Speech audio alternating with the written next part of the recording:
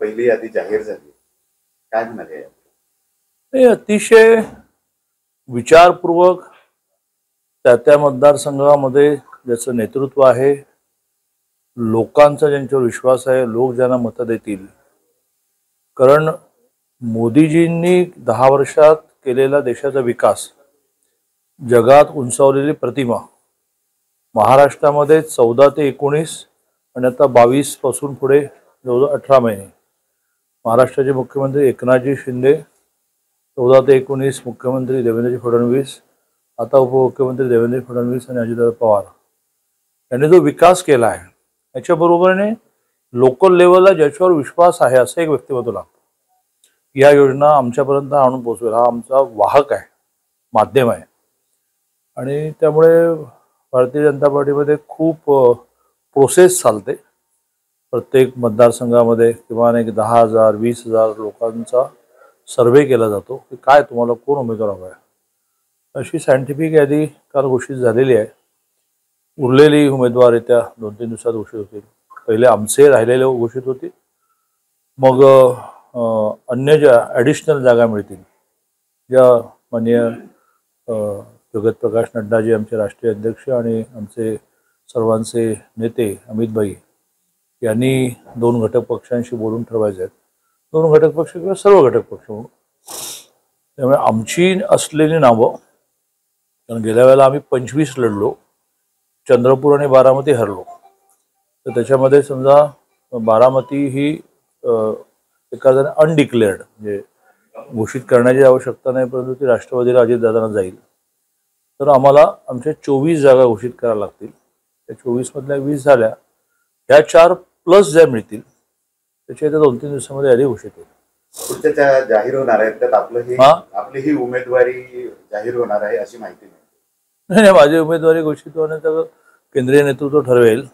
तर मी कोल्हापूरचा 2दा कोल्हापूरहून पुणे पदवीधर आमदार होतो, पण तिसऱ्यांदा नेतृत्वाने सांगितलं, प्रामुख्याने माननीय अमितभाईंनी आणि जगतजींनी सांगितलं आपको पुन्हा से लढणं आहे. चलो पुन्हा. घर कोल्हापूरला आहे, कारण ह्या वयात आणि घरातली सगळी वृद्ध माणसं शिफ्टिंग करणं सोयीचं नव्हतं. पण केंद्रीय नेतृत्वाने सांगितलं पुन्हा तर पुन्हा. उद्या केंद्रीय नेतृत्वाने सांगितलं की और काही. त्यामुळे ते ठरवतील.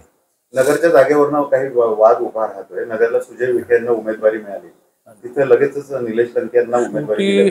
असं आहे की उमेदवारी घोषित होईपर्यंत सर्वच जण इच्छा व्यक्त करतात. इच्छा व्यक्त करणं हे राजकीय क्षेत्रात काही चुकीचं नाही, पण एकदा घोषित झालं की आमच्या पक्षामध्ये कुठलाही विरोध राहत नाही. महायुतीत काय बेबनाव आहे त्यामुळे उशीर झाला. असं आहे की शेवटी माणसांच्या जगामध्ये काही ना काही मतभेद असणार. सगळे एका साच्यात घातले आणि सगळे सरळ असं नाही होत ना. पण त्या मतभेदानंतर मनभेद राहत नाहीत. असं झालं की काम झालं. त्यामुळे मतभेद आहेत, ही जागा माझी, काही जागा तुझी येईल का माझी येईल, पण त्याच्यानंतर सगळेजण एकत्र काम करतील. मी तर 16 तारखेपासून मला ज्या 3 लोकसभा दिलेल्या आहेत, बारामती, शिरूर आणि पुणे, त्याच्यामध्ये सर्वदूर विधानसभाच्या 50-50 जणांची सर्वपक्षीय बैठका करत निघालो आहे. सलग माझा प्रवास आहे. 16, 17, 18, 19, 21, 22.